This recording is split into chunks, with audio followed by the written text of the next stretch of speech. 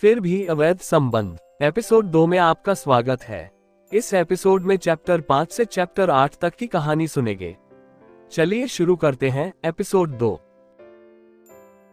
सुजाता हवलदार की बात सुनकर घबरा जाती है और तुरंत पूछती है, क्या हुआ सर? कुछ पता चला हरीश जी का? हवलदार गंभीर स्वर में कहता है, नहीं अभी नहीं, लेकिन आप तुरंत चौकी आ जाएं। आपसे जरूरी बात करनी है। हो सके तो किसी परिचित को भी साथ ले आइए। सुजाता चिंतित होकर पूछती है, सर कुछ तो बताइए, इतनी अचानक चौकी क्यों बुला रहे हैं? क्या बात हो गई? मुझे सब कुछ बताइए, मैं सुनने के लिए तैयार हूँ। हवलदार कुछ देर चुप रहता है, फिर धीमे स्वर में कहता है, सुजाता जी, सिटी कोतवाली के अंतर्गत 2 दिन पहले एक पुरुष की लाश मिली थी। पानी में पड़े रहने की वजह से उसका चेहरा बुरी तरह बिगड़ गया है, लेकिन उसकी कद काठी हरीश जी से मिलती जुलती है। हमें पहचान की पुष्टि करनी है। आप चौकी आकर हमारे साथ चलकर देख लीजिए।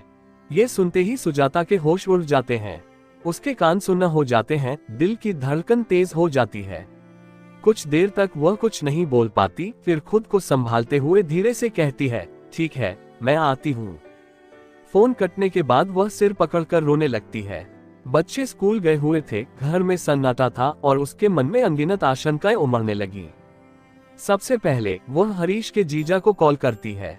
दूसरी ओर से आवाज आती है, हाँ सुजाता बोलो। सुजाता रोते हुए बताती है, भैया रामपुर पुलिस चौकी से कॉल आया है। वे मुझे किसी के साथ आधे घंटे के भीतर वहां आने को कह रहे हैं। हरीश के जीजा तुरंत पूछते हैं, अरे तुमने वजह पूछी? सुजाता उन्हें हवलदार द्वारा कही गई सारी बातें बता देती है। ये सुनकर हरीश के जीजा चिंतित स्वर में कहते हैं, सुजाता मैं अभी ड्यूटी पर हूँ, इतनी जल्दी नहीं आ पाऊंगा।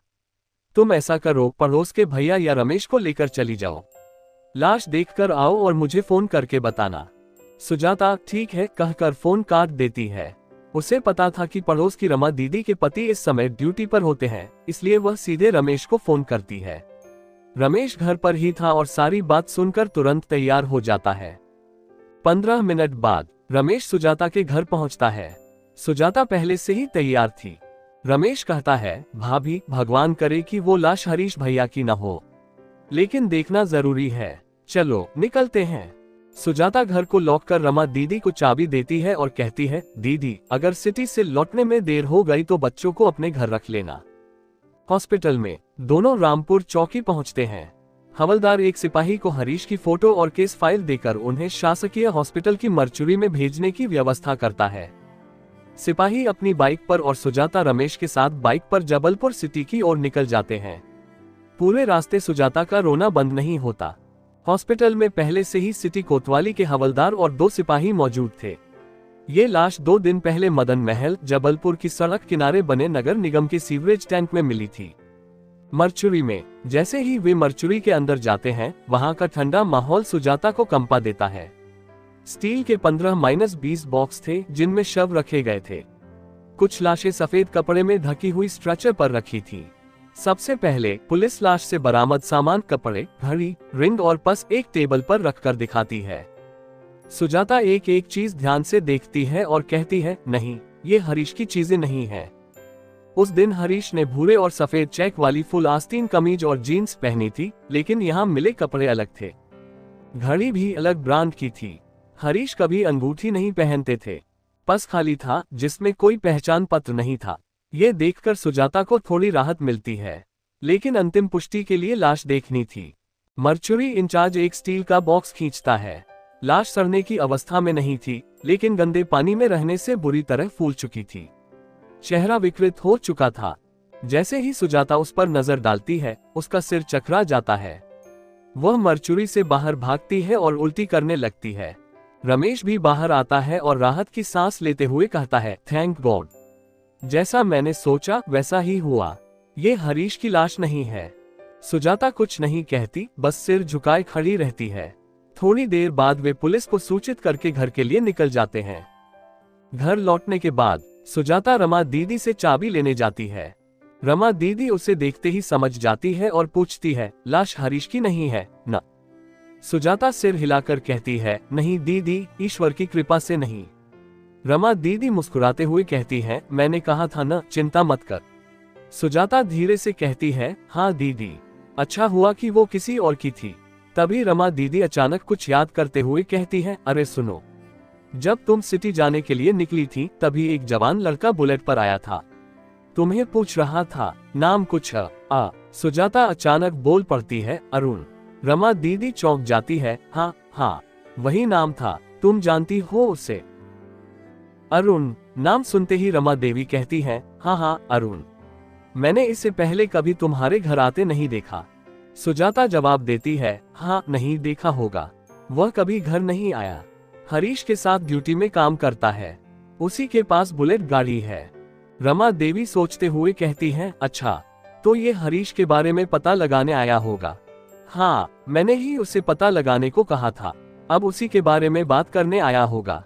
खैर मैं फोन पर बात कर लूंगी, कहते हुए सुजाता घर की चाबी लेकर अपने घर चली जाती है। घर पहुंचते ही वह जल्दी जल्दी किचन में लंच की तैयारी में लग जाती है, क्योंकि स्कूल से बच्चे आने वाले थे। काम करते करते वह हरीश के जीजा को कॉल लगाकर मर्चरी में देखी गई डेड बॉडी के बारे में बता देती है। हरीश का जीजा जवाब देता है, अच्छा हुआ सुजाता, वह डेड बॉडी हरीश की नहीं है, उसे कुछ नहीं हुआ, वह जरूर वापस आएगा, चिंता मत कर। हाँ भैया भगवान करे ऐसा ही हो, सुजाता भावुक होकर कहती है। थोड़ी देर बाद फोन रखते ही वह नोटिस करती है कि हरीश के जीजा से बात करते समय कोई दूसरी कॉल का टोन सुनाई दिया था।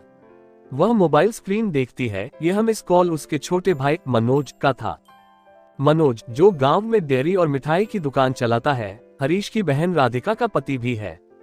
हरीश के लापता होने की खबर पहले ही मायके में बताने के कारण उसके मम्मी पापा और मनोज पिछले 2 दिन से चिंतित थे। वे सभी बार बार सुजाता से हरीश की कोई खबर मिलने की पूछताछ कर रहे थे। सुजाता कुकर में दाल चढ़ाकर 3-4 सीटी लगने देती है और फिर मनोज को कॉल कर देती है। दीदी कुछ पता चला? मनोज बेचैन स्वर में पूछता है। सुजाता उदास मन से कहती है, नहीं रे मनोज, अभी तक कुछ पता नहीं चला। जैसे जैसे दिन बीत रहे हैं मुझे डर लग रहा है कि कहीं कुछ अनहोनी तो नहीं हो गई हो। आज सुबह तो मैं बिल्कुल डर गई थी जब रामपुर पुलिस चौकी से हवलदार का फोन आया था। अच्छा किस लिए फोन आया? मनोज चौंक कर पूछता है। सुजाता उसे सुबह की पूरी घटना बता देती है। मनोज गहरी सांस लेते हुए कहता है, दीदी जब से यह सुना है मन बहुत बेचैन है। मैं सोच रहा हूँ कि 1-2 दिन में जबलपुर आ जाता हूँ। आप वहाँ बच्चों के साथ अकेली हैं। पापा और राधिका भी कह रहे हैं कि मुझे जबलपुर जाना चाहिए। नहीं अभी आने की जरूरत नहीं है, सुजाता समझाने की कोशिश करती है। यहाँ हरीश के जीजा, दीदी और उसके डिपार्टमेंट वाले लोग खोज भी रहे हैं और मेरी भी चिंता कर रहे हैं। वे पूरी तरह से सहयोग कर रहे हैं। तुम्हारे आने से क्या बदल जाएगा? कम से कम तुम्हें एक सहारा तो रहेगा, मनोज चिंतित स्वर में कहता है। मनोज अगर पापा कह रहे हैं तो तुम आ सकते हो, लेकिन यहाँ कितने दिन रहोगे? तुम्हें वहाँ दुकान भी देखनी है। सहानुभूति के लिए यहाँ आना अभी व्यर्थ है। जब जरूरत होगी मैं पापा से कहकर तुम्हें बुला लूंगी, सुजाता दृढ़ता से कहती है। मनोज उसकी बातों से सहमत हो जाता है और बच्चों का हालचाल पूछकर फोन रख देता है। थोड़ी देर बाद स्कूल से दोनों बच्चे आ जाते हैं। आते ही मीनू ममता पूछती है, माँ पापा आ गए? सुजाता उसकी स्कूल ड्रेस उतारते हुए कहती है, नहीं बेटा अभी तक नहीं आए, खबर आई है कि जल्दी आ जाएंगे। बेटा बंटी, हितेश जो अपने कपड़े उतार रहा था गहरी आवाज में कहता है, माँ आप झूठ बोल रही हो, पापा नहीं आएंगे, उन्हें कुछ हो गया होगा, स्कूल में मेरे दोस्त कह रहे थे। सुजाता उसका मासूम डर देखकर भावुक हो जाती है और उसे गले लगा लेती है। मैं क्या करूं बेटा, मुझे भी कुछ समझ नहीं आ रहा कि पापा कहाँ चले गए हैं। कुछ देर बाद तीनों लोग डाइनिंग टेबल पर खाना खा रहे होते हैं कि बाहर से बुलेट की आवाज आती है। हितेश तुरंत कुर्सी से उठकर दौड़कर बाहर देखता है और फिर वापस आकर कहता है, कोई अंकल आए हुए हैं। सुजाता समझ जाती है कि शायद अरुण आया होगा। वह खाना खा चुकी थी इसलिए उठकर हाथ धोने लगती है। तभी अरुण दरवाजे पर आकर कहता है, भाभी जी नमस्ते। सुजाता हाथ धोते हुए कहती है, भैया 1 मिनट हॉल में बैठिए, मैं अभी आ रही हूँ। वह हाथ पल्लू से पोंछती हुई हॉल में आती है जहाँ अरुण पहले से बैठा होता है। अरुण पूछता है, भाभी मैं 2 घंटे पहले भी आया था, घर पर ताला लगा था, क्या कोई खबर मिली हरीश जी की? नहीं भैया, जब आप आए थे तब मैं पुलिस वालों के साथ सिटी गई हुई थी, सुजाता जवाब देती है। किस लिए? अरुण चौंक कर पूछता है। सुजाता उसे सुबह की पूरी घटना बताती है। अरुण सांत्वना देते हुए कहता है, नहीं भाभी, हरीश के साथ कुछ गलत नहीं हुआ होगा, आप चिंता मत कीजिए। फिर थोड़ा झिझकते हुए कहता है, भाभी, मैं हरीश के बारे में खबर लेने आया था, लेकिन एक और जरूरी बात थी। हरीश पिछले 4 महीने से बैंक की ईएमआई नहीं चुका रहा है। बैंक वालों ने मुझसे पता लगाने को कहा है। इस वक्त यह बात करना सही नहीं लग रहा, लेकिन ड्यूटी तो ड्यूटी है। सुजाता ये सुनकर चौंक जाती है, भैया, मुझे तो ये पता ही नहीं था कि हरीश 4 महीने से किस्त नहीं भर रहा। हरीश ने 2 साल पहले प्रधानमंत्री आवास योजना के तहत सेवा सहकारी समिति मर्यादित बैंक, मैत्री नगर, जबलपुर से 7 लाख रुपए का लोन लिया था, जिसे 15 साल में चुकाना था। उसकी मासिक ईएमआई 6,000 रुपए थी। अरुण उसी बैंक में सहायक अधिकारी था और हरीश का लोन आवेदन उसी ने प्रोसेस करवाया था। उस समय सुजाता भी बैंक गई थी, इसलिए वह अरुण को जानती थी। अरुण कहता है, शायद हरीश ने आपको बताया नहीं होगा। खैर, मैंने यह बात आपके संज्ञान में ला दी है क्योंकि मकान आपके नाम पर है। फिलहाल टेंशन मत लीजिए, पहले हरीश का पता लगाए। मैं बैंक मैनेजर को स्थिति समझाकर कुछ समय के लिए मामला संभाल लूंगा। अरुण के जाने के बाद सुजाता गहरी सोच में डूब जाती है। हरीश ईएमआई क्यों नहीं चुका रहा था? क्या उसने कहीं और से ऊंचे ब्याज पर कर्ज ले रखा था? सुजाता के मन में यही सब सवाल घूम रहा था। फिर वह ये सोचकर शांत हो जाती है कि आज जैसे बैंक वाले घर आ गए, वैसे ही कर्जदार भी एक दिन घर आएंगे। जब उन्हें ब्याज और मूलधन का पैसा नहीं मिलेगा तो निश्चित रूप से घर आएंगे। तो वे कौन है, ये पता लग जाएगा, तब देखते हैं। तभी पड़ोस की रामादेवी की बेटी परी मीनू के पास खेलने आ जाती है। उसे देखकर मीनू कहती है, परी, मैं अभी आने ही वाली थी। परी कहती है, अच्छा हुआ नहीं आई, घर में मम्मी नहीं है, मम्मी ने मुझे तुम्हारे घर खेलते रहने को कहा है। मीनू कहती है, अच्छा हुआ, चल हम गीता के घर में सांप सीढ़ी खेलने चलते हैं। परी कहती है, हाँ ठीक है चल। गीता मीनू और परी की उम्र की लड़की है जो मीनू के घर से चौथे घर में रहती है।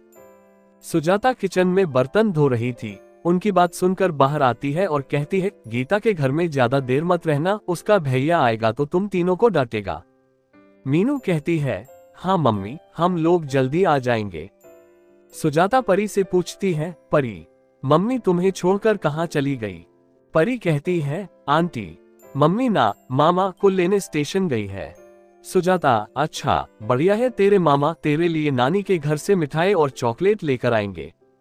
परी, हाँ वो तो मीनू के लिए भी लाएंगे, है ना मीनू? मीनू, हाँ पंकज अंकल जब भी घर आते हैं मुझे चॉकलेट लाकर देते हैं। कहते हुए दोनों मुस्कुराते हुए घर से बाहर निकल जाती है। रमा देवी की 2 बेटियां हैं, परी इनकी छोटी बेटी है। बड़ी बेटी नीलिमा 11 साल की है, जो अपने नैनीहाल जो कटनी शहर में है वहीं रहकर पढ़ाई कर रही है। रमा देवी गोरी और खूबसूरत थी। रमा देवी 28 वर्ष के उम्र में ही विधवा हो गई थी। उसके पति की मृत्यु 4 साल पहले हार्ट अटैक के कारण हो गई थी। आज उसकी उम्र 32 वर्ष की है। तब से वह अकेली रहती है और साथ में उसका छोटा भाई पंकज कुमार रहता है। रमा देवी के पति रेलवे कर्मचारी थे, जिसका पेंशन उन्हें हर महीने 19,000 रुपए मिलता है। रमा देवी का भाई पंकज अपनी बहन के साथ रहकर जबलपुर इंजीनियरिंग कॉलेज में कंप्यूटर साइंस में भी की पढ़ाई कर रहा था। अभी वह 6th सेम में है। पंकज ऊंचा, गोरा और स्मार्ट था। पढ़ने में होशियार, हंसमुख चेहरा, हमेशा पॉजिटिव सोच रखता था। 3 दिन पहले वह अपने घर कटनी परिवार से मिलने गया हुआ था, जो आज वापस आ रहा था, जिसे लेने उनकी बहन रमा देवी अपनी स्कूटी से रेलवे स्टेशन गई हुई है। इधर थोड़ी देर बाद बंटी भी अपनी मम्मी को बोलकर अपने दोस्तों के साथ क्रिकेट खेलने बाहर चले जाता है। घर में कोई नहीं था। सुजाता हॉल का दरवाजा बंद करके बेडरूम में आकर बिस्तर पर पीठ सीधा करने लगती है। वह हरीश के बारे में सोच कर सोने का प्रयास कर रही थी। तभी दरवाजे पर दस्तक होती है। उसे लगता है कि शायद बंटी वापस आ गया है। वह बिस्तर से उठकर दरवाजे के पास जाती है और दरवाजा खोल देती है। दरवाजे के बाहर हरीश खड़ा था। सुजाता उसे देखकर आश्चर्यचकित हो जाती है। दरवाजा खुलते ही घर के अंदर आते हुए कहता है, सुजाता, मुझे ड्यूटी निकलना है, जमकर भूख लगी है, जल्दी से नाश्ता तैयार कर दो, मैं फ्रेश होकर आता हूँ, कहते हुए बेडरूम की तरफ जाता रहता है। सुजाता उसके पीछे पीछे आती हुई गुस्से से कहती है, अरे रुको तो, ये क्या तरीका है? 3 दिन बाद आ रहे हो, पहले बताओ तो सही, कहाँ रह गए थे? हम लोग कितना परेशान हो गए। मैंने तो थाने में भी लिखवा दिया।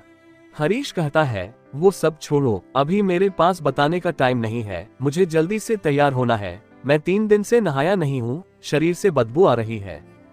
सुजाता कहती है, हाँ हाँ नहा लेना, पर सुनो तो सही, जानते हो बैंक वाला अरुण आया था, तुमने 3-4 महीने से मकान का किस्त नहीं बांधा है, कह रहा था तुम मुझे आजकल कुछ नहीं बताते हो। हरीश बिना उसकी ओर देखे कहता है, वो सब हो जाएगा, तुम क्यों टेंशन लेती हो, अब तुझे क्या कमी है। सुजाता कहती है, ये क्या बहकी बहकी बातें कर रहे हो, मुझे बताओ तुम कहाँ थे। हरीश फिर उसी तरह बिना सुजाता की ओर देखे कहता है, मैं खुद समझ नहीं पा रहा हूँ कि मैं कहाँ पर हूँ, कहाँ पर था, बड़ी मुश्किल से तो घर आ पाया हूँ। सुजाता कहती है, ये क्या बात हुई, खैर ये बताओ बैंक के अलावा और किससे कर्जा लिए हो। हरीश उसी स्थिति में रुककर कहता है, अरे बैंक और लोगों के कर्जे की चिंता मत करो, सब एक साथ बांध देना, तुम्हें LIC से जो पैसा मिलेगा उसमें से बैंक को भी बांध देना और लोगों का कर्जा भी उतार देना। सुजाता कहती है, ये कैसी बात कह रहे हो, मेरी तरफ मुड़कर बातें करो, मुझे कौन सा LIC का पैसा मिलेगा और क्यों मिलेगा। हरीश कहता है, मैंने तुम्हें नहीं बताया, जब मैं बैंक से लोन लिया उसी समय अपना 5 लाख का जीवन बीमा करवा लिया था, उसी से पैसा मिलेगा। सुजाता, लेकिन वो पैसा तो मरने के बाद मिलता है, वो अभी कैसे मिलेगा। सुजाता की बात सुनकर हरीश गंभीर आवाज में फटे साउंड बॉक्स की तरह जोर से कहता है, सुजाता मैं मर चुका हूँ, तुम मेरी आत्मा से बात कर रही हो। सुजाता जस्ट उसके पीछे खड़ी हरीश की पीठ देख रही थी, वह कहती है, क्या बकवास कर रहे हो, तुम तो मेरे सामने हो।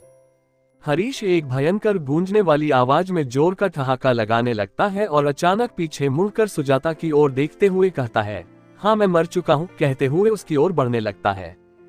हरीश का चेहरा बदल चुका था, चेहरा विकृत और डरावना हो चुका था, उसके बाल में मिट्टी लगी हुई थी, उसकी दोनों आंखें सफेद हो चुकी थी जिसमें पुतली गायब थी, चेहरे की चमड़ी कटी फटी और सड़ चुकी थी, कमीज और पेंट गंदे और मटमैली हो चुकी थी, वह एक भयानक ड्राकुला की तरह दिख रहा था। सुजाता हरीश का ये भयानक चेहरा देखकर डरते हुए चीखते हुए हॉल की तरफ भागने लगती है। तभी सुजाता की नींद खुल जाती है, वह रोते हुए बिस्तर पर बैठ जाती है। सुजाता गहरी नींद में थी, लेकिन अचानक एक डरावने सपने से उसकी नींद टूट गई। उसने देखा था कि हरीश उसके सामने खड़ा है, लेकिन उसका चेहरा भयानक लग रहा था। सपने में हरीश ने खुद को मरा हुआ बताया और LIC के पैसे का जिक्र किया। सुजाता के मन में ढेरों सवाल उमड़ने लगे, क्या वाकई हरीश ने 5 लाख का बीमा करवाया था? अगर हाँ, तो उसने कभी बताया क्यों नहीं? वह इस उलझन से बाहर निकलने के लिए तय करती है कि हरीश के बैग को देखेगी, अलमारी में रखे उस काले बैग को जिसे उसने शादी के शुरुआती दिनों में ही देखा था। सुजाता ने अलमारी से बैग निकालकर बिस्तर पर रखा और धीरे धीरे उसकी चेन खोलने लगी। एक एक करके सभी दस्तावेज देखे, मकान के कागजात, बाइक के दस्तावेज, गैस सिलेंडर के पेपर्स, लेकिन नीचे एक खाकी रंग का लिफाफा मिला जिस पर भारतीय जीवन बीमा निगम लिखा हुआ था। लिफाफे पर हरीश यादव का नाम और पता देखकर उसकी आंखों में चमक आ गई। अंदर पॉलिसी बॉन्डर रखा था। पॉलिसी की शर्तें, बीमित राशि 5 लाख रुपए, टर्म 15 साल, प्रीमियम 700 रुपए प्रति माह, सीधे वेतन से कटौती। नामांकित व्यक्ति सुजाता यादव 75% और हितेश यादव 25%। सुजाता के चेहरे पर संतोष था, उसे इस बीमा के बारे में कुछ नहीं पता था, लेकिन अब था। उसने पॉलिसी को अपने बैग में सुरक्षित रख लिया और बाकी दस्तावेज बैग में रखकर अलमारी बंद कर दी। बच्चे खेलने के बाद घर लौट चुके थे। सुजाता किचन में उनके लिए मैगी बना रही थी, तभी पंकज मीनू मीनू पुकारता हुआ घर में दाखिल हुआ। वह बच्चों के लिए चॉकलेट और बिस्कुट लाया था। पंकज हॉल में बैठ गया जहां बंटी हितेश टीवी देख रहा था। मीनू बेडरूम में थी, लेकिन पंकज की आवाज सुनते ही दौड़कर आए और उससे लिपट गई। बंटी उदास होकर, अंकल अब आप आ गए हैं तो मेरे पापा को खोजकर ला दीजिए, वे 3-4 दिन से घर नहीं आए हैं। पंकज सांत्वना देते हुए, मुझे पता है बेटा, तुम चिंता मत करो, हम उन्हें जल्द ही ढूंढ लेंगे। बंटी, अंकल पापा के बिना अच्छा नहीं लगता। पंकज, हाँ बेटा, पापा के बिना किसी को अच्छा नहीं लगता। किचन में काम कर रही सुजाता ने पंकज की आवाज सुनी और कहा, बैठो मैं आती हूँ। पंकज, ठीक है भाभी, कोई जल्दी नहीं, मैं बंटी के साथ हॉल में बैठा हूँ। सुजाता, सुनो, अभी बच्चों को कुछ मत देना, मैं उनके लिए मैगी बना रही हूँ। पंकज हंसकर ओके भाभी जी, नहीं दूंगा। फिर उसने बच्चों से कहा, पहले मैगी खाओ, फिर बिस्कुट और चॉकलेट मिलेगी। मीनू, मम्मी हमेशा ऐसे ही बोलती हैं। अंकल, आप मुझे मेरा आइटम दे दीजिए। पंकज, नहीं, पहले मम्मी की बात माननी होगी। आओ, मेरी गोद में आओ। मीनू उसकी गोद में चढ़ गई और पंकज ने उसके गालों पर प्यार से किस कर लिया। कुछ देर बाद सुजाता चाय और मैगी लेकर आए। सुजाता, कितने बजे पहुंचे? पंकज, 3:30। ट्रेन आधा घंटा लेट थी। सुजाता, घर में माताजी और बाकी सब कैसे हैं? पंकज, सब ठीक हैं। पहले ये बताओ, हरीश की गुमशुदगी की रिपोर्ट का क्या हुआ?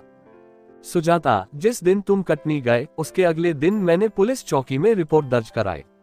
पुलिस अपनी जांच कर रही है।